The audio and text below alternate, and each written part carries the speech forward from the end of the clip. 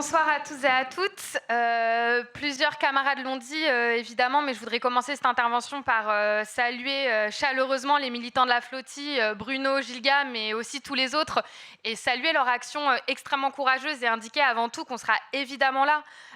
C'est des militants partout dans le monde et qui prennent un risque considérable, qui ont déjà été attaqués, qui ont subi des attaques de drones, des jets de produits chimiques et qui vont probablement être interceptés dans les prochains jours. Et Irène le disait, d'autres aussi, c'est fondamental que ça fasse partie des revendications du mouvement, d'autant que ça fait 2 ans. Et je pense que c'est important de le rappeler ici, même si vous le savez tous, qu'on assiste à un génocide qui franchit chaque jour un nouveau cap, des bombardements incessants, l'organisation méthodique et consciente d'une famine, et maintenant une nouvelle offensive terrestre sur Gaza City qui vise à déplacer la population palestinienne dans un camp de concentration dans le sud de Gaza. Et c'est en réalité ce que Ilan Pappé appelle le génocide progressif, qui n'a pas commencé le 7 octobre, mais bien en 1947. Et je pense que c'est la raison pour laquelle... Et j'y reviendrai, mais je pense que c'est la raison pour laquelle, effectivement, on voit des drapeaux palestiniens un peu partout dans les manifestations, sur les blocus de lycée, les blocus de fac. Et dire une chose importante quand même, c'est que la reconnaissance par Macron de l'État de la Palestine, c'est pire qu'une hypocrisie. Non seulement c'est une reconnaissance absolument atrophiée de la Palestine dans sa version la plus opprimée, mais en plus, c'est contradictoire avec le fait qu'il continue d'armer un État colonial, qu'il n'y a aucune aide militaire qui est apportée à la flottille, et puis surtout qu'il continue de réprimer massivement toutes les expressions de solidarité avec la Palestine, que les juges et les procureurs continuent de poursuivre, mais aussi de condamner. Et je pense que c'est important de le dire, et encore une fois, j'y reviendrai, mais que ça doit faire partie des revendications du mouvement, puisqu'encore la semaine dernière, j'étais à Clermont-Ferrand en train de défendre une militante que je salue aujourd'hui avec mes confrères et consoeurs, qui était poursuivie parce qu'elle avait appelé au boycott de produits issus d'entreprises israéliennes sur Instagram. Et je pense que c'est important de voir ça aujourd'hui, de voir que, et j'y reviendrai, mais y compris comme avocate, puisque moi je milite dans un collectif qui s'appelle le collectif d'action judiciaire, qui organise des avocats et avocates qui pensent que défendre dans les tribunaux c'est bien, mais faire de la politique c'est mieux et surtout c'est nécessaire, parce qu'en réalité on voit que malgré la situation dans laquelle on est, un juge, quand il veut condamner, il condamne. Et je tiens à insister sur une chose, la répression de la solidarité avec la Palestine est d'autant plus indécente qu'elle instrumentalise l'antisémitisme. Et de ce point de vue, je voudrais aussi apporter toute ma solidarité à l'UJFP, qui est une organisation qui est de tous les combats, qui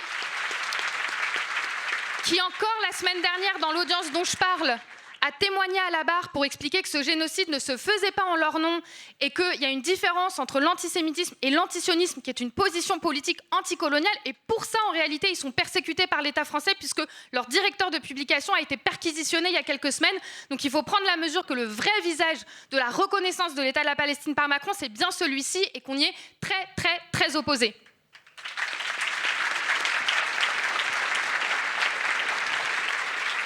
Je disais ça, mais je disais, on fait partie d'un collectif d'avocats et d'avocates qui, en fait, depuis 2 ans, est très engagé dans la lutte contre la répression de la solidarité avec la Palestine, mais qui, précisément pour cette raison, connaît bien les juges, les procureurs et les tribunaux, et tire le bilan du fait qu'il faut bien sûr maîtriser les questions judiciaires, mais qu'il faut s'organiser en dehors. Et cette démonstration, je pense que c'est aujourd'hui le mouvement ouvrier italien qui nous le fait. Plusieurs personnes en ont parlé, mais je pense qu'il faut prendre la mesure de ce qui est en train de se passer aujourd'hui même à Gênes, où il y a une rencontre internationale de dockers qui se réunit pour discuter de comment internationaliser et étendre le mouvement qu'ils sont en train de développer. Il faut réaliser que le plus grand syndicat du pays a appelé, et je les cite, et s'est dit prêt à proclamer sans délai une grève générale en cas de nouvelles attaques, blocages ou saisies de bateaux ou de matériel, et que c'est pas que ça. Le 22 septembre, il y a 90% des transports publics qui étaient en grève, 50% des chemins de fer, sans parler des facs bloqués, des grèves de profs, des manifestations devant la prison où en fait ils sont allés soutenir les jeunes qui étaient interpellés pendant le mouvement, ou encore de danseurs à la Scala de Milan qui arborent un drapeau palestinien. Donc en fait, si je dis ça, c'est pour montrer qu'une grève, ça peut être politique, ça peut être internationaliste, ça peut être anti-impérialiste, et c'est pas obligé de se limiter à des revendications corporatistes, c'est ce que disait Frédéric, mais c'est plus vrai que jamais, on le voit aujourd'hui autour de la question palestinienne, et c'est notre tâche de le suivre, et nous aussi de mettre au cœur du mouvement Bloc Hutu la question de la fin de la colonisation et de la libération de la Palestine.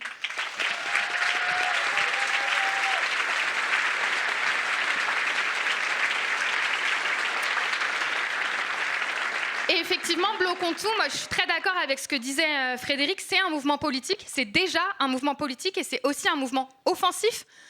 C'est un mouvement offensif qui reprend à sa charge la question de la lutte contre le génocide. Je le disais, les drapeaux qu'on voit dans les manifestations, les revendications des lycéens, mais aussi le blocage, par exemple, de l'entreprise Eurolinks à Marseille. Et c'est précisément parce qu'il est politique que ça explique la fébrilité du pouvoir, son acharnement et la brutalité de sa répression. 80 000 policiers pour 100 000 manifestants prévus le 10 septembre, des chars Centaures, une violence absolument abominable le 18 septembre en manifestation. On est un certain nombre à en avoir fait les frais. Et je le disais, on défend les militants qui sont réprimés pour leur soutien à la Palestine, mais pas que, avec mes surtout consoeurs, en fait, je suis obligée de le dire, mon consoeur. On défend aussi beaucoup de militants qui ont été réprimés, qui ont été en garde à vue, enfin de militants même de manifestants, qui ont été en garde à vue, déférés pour certains jugés. Je sais qu'il y en a un certain nombre dans la salle et je suis très contente qu'ils soient là parce que ça montre que le gouvernement perd son pari, parce que même quand on va en garde à vue, même quand on déféré, on ressort avec la colère au ventre et l'envie de se battre 2 fois plus. Et je les invite évidemment à prendre la parole et à s'exprimer.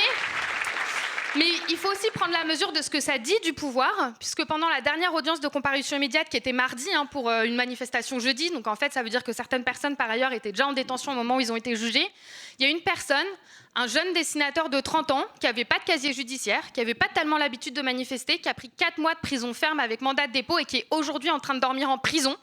Donc je sais que toutes celles et ceux qui étaient là, y compris les avocates et les avocats, parce que nous, on ne s'y habitue pas. On est sortis avec un sentiment de dégoût, d'injustice, de violence politique hors norme, mais aussi avec la conscience qu'il va falloir s'organiser politiquement contre cette répression, qu'il faut ajouter aux revendications du 2 octobre, à la liste des revendications de l'intersyndicale que pointait Frédéric, la libération immédiate de ce camarade qui est aujourd'hui en train de dormir à Fleury, et qu'il faut aussi réclamer l'abandon de toutes les poursuites, parce que tous ceux qui ont été déférés, ils sont convoqués en décembre. Les comparutions immédiates vont se poursuivre. Il faut qu'à chaque fois qu'une personne est interpellée et dans un commissariat, que l'un des nôtres est enfermé, l'ensemble des travailleurs en grève se rendent devant le commissariat, exigent leur libération. Il faut remplir les salles de comparution immédiate pour que tout le monde voit comment ça se passe. Et il faut effectivement ajouter la lutte contre la répression judiciaire aux revendications du mouvement du 2 octobre. C'est quelque chose de fondamental et c'est aussi ça qui est une dimension politique du mouvement.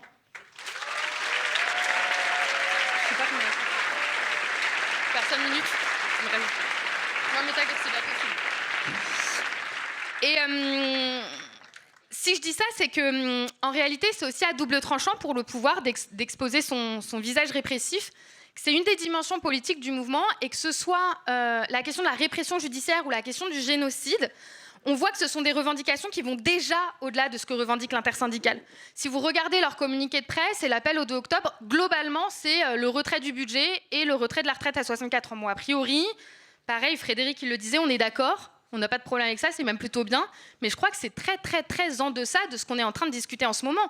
Et que les potentialités de ce mouvement, elles sont beaucoup plus larges. La colère, elle est beaucoup plus large. Et qu'assumer le caractère politique de ce mouvement, il faut comprendre que ça se fait en lutte contre le projet des directions syndicales qui ne rêvent que d'une chose, c'est que ce mouvement, il s'exprime sur le terrain très étroit, très étriqué de revendications sectorielles et corporatistes. Et que ça, c'est la raison pour laquelle ils refusent de dire Macron démission. Et c'est précisément parce que c'est ça qui met le pouvoir à la défensive, comme le disait Agnès, que nous, oui, on pense que Macron doit dégager.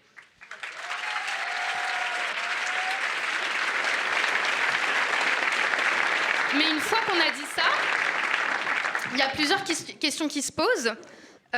Déjà, il faut regarder les choses en face. Pour faire dégager Macron, il faut un rapport de force considérable. Et c'est un débat qu'on a avec d'autres secteurs du mouvement, que ce soit les directions syndicales, on en a beaucoup parlé, mais aussi la gauche réformiste, notamment nos camarades de LFI avec qui on lutte très régulièrement dans les assemblées générales, mais où on a des débats de stratégie et de logique, où on débattait déjà pendant la réforme des retraites du fait que la combinaison entre obstruction parlementaire et quelques journées de grève isolées, a priori, ça n'allait pas suffire. Et c'est un bilan important de cette séquence que nous, on revendique, que Anas mettait en avant, et que si c'était vrai au moment de la réforme des retraites, quand on se battait pour obtenir le retrait d'une réforme partielle, c'est d'autant plus vrai qu'aujourd'hui, on demande la démission de Macron. Et si on est conséquent avec cette revendication, si on est d'accord pour dire que Macron doit dégager, il faut prendre ça très au sérieux. Et ça va se faire avec la construction d'un vrai rapport de force, d'un blocage de l'économie, de la construction d'une grève générale, mais qui implique de mettre toute son énergie au service de ce projet-là. Ça veut dire construire les assemblées locales, ça veut dire tourner dans les secteurs des entreprises, ça veut dire préparer les blocus de lycée, ça veut dire coordonner les secteurs. Et c'est à cette condition qu'on pourra obtenir la démission de Macron, mais surtout, et c'est là où il y a un deuxième niveau de discussion avec LFI, pourquoi est-ce qu'on serait contraint de s'arrêter là ? Si on est en mesure de construire un rapport de force suffisamment important pour que Macron dégage, ça veut dire qu'on peut espérer beaucoup plus. Parce que la réalité, c'est que la manière dont LFI est en train de poser la discussion, c'est de dire qu'il faudrait un moment refondateur. Mais ce qu'ils appellent un moment refondateur, c'est en gros une nouvelle élection présidentielle pour élire un nouveau monarque de la Ve République. Et ils le disent à peu près comme ça. On entendait Mélenchon le 18 septembre qui expliquait que, en fait, c'était dans la culture populaire, la Ve République et l'élection présidentielle. Moi, je pense que c'est faux. Je pense que dans les assemblées générales, sur les piquets de grève, dans les lycées, les gens sont en train de discuter de beaucoup plus de choses que ça. Sont en train de se poser des questions beaucoup plus profondes. Et la colère qui s'exprime, c'est l'accumulation de la colère contre les passages en force, le 49-3, un régime autoritaire et tout ce que ça charrie. Et à partir de là, on peut demander beaucoup plus que la démission de Macron. Et surtout, je ne crois pas que les gens soient en train de se dire hein, il faut maintenant, dans 2 mois, pour qui je vais voter, est-ce que c'est pour Tondelier, Mélenchon ou Roussel ? Je pense qu'ils sont en train de se poser la question de dans quel régime ils veulent vivre. Et c'est l'occasion pour porter des revendications démocratiques beaucoup plus radicales. Par exemple, la révolution permanente, on pose la question de savoir pourquoi est-ce qu'on ne pourrait pas tout simplement en finir avec la figure présidentielle, en finir avec le Sénat, en finir avec le Conseil constitutionnel, en d'autres termes, avoir une assemblée unique, débarrassée de toutes les institutions qui limitent le pouvoir d'une assemblée élue, et que cette assemblée élue-là, elle soit composée de députés, révocables, payés à salaire d'ouvrier qualifié, infirmière ou enseignant 2 500 €, et qui soient sous contrôle direct et immédiat de la population. Cette revendication...